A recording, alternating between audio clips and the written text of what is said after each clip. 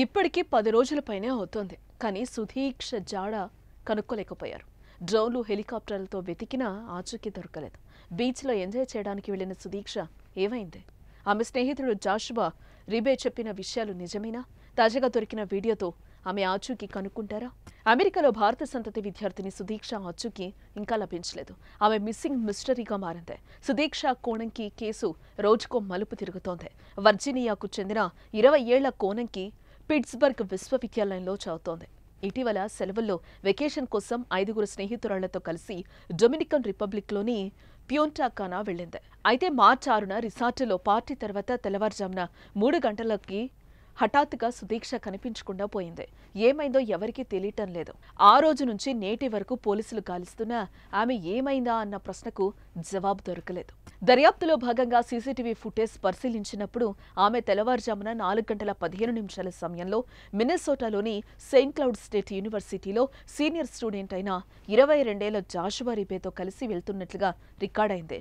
దీని ఆధారంగా పోలీసులు జాషువాను ప్రశ్నించినా అతడు పొంతనలేని సమాధానాలు చెప్తున్నాడు. సుధీక్షను భారీ అల లాక్కెళ్లిందని, ఆ అల నుంచి తాను తప్పించుకున్నానని చెప్పాడు. అలా వచ్చిన తర్వాత తనకు పెద్ద వాంతయిందని, తర్వాత అక్కడే ఒడ్డున నిద్రపోయానని తెలిపాడు. తెలివి వచ్చాక రిసార్టుకు వచ్చేశానని తెలిపాడు. సుధీక్ష ఏమైందో తనకు తెలియదని చెప్తున్నాడు.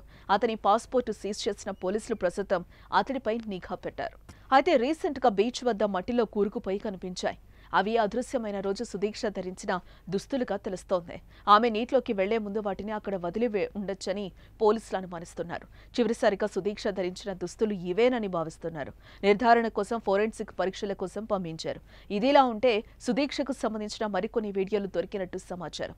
ఇందులో ఆమె జాషువా కాకుండా మరో విద్యార్థితో కలిసి చాలాసేపు మాట్లాడినట్టు ఆ వీడియోలో కనిపిస్తున్నట్టు అక్కడి మీడియాలో కథనాలు వస్తున్నాయి. దీనిపై అధికారులు విచారణ చేస్తున్నారు. సుధీక్ష బీచ్కు కొట్టుకుపోయినట్టు అధికారులు అంచనాకొచ్చినా అందుకు సుధీక్ష తల్లిదండ్రులు మాత్రం ఆ విషయాన్ని ఖండిస్తున్నారు. ఖచ్చితంగా తమ బిడ్డను ఎవరో కిడ్నాప్ చేస్తుంటారని అనుమానం వ్యక్తం చేస్తున్నారు.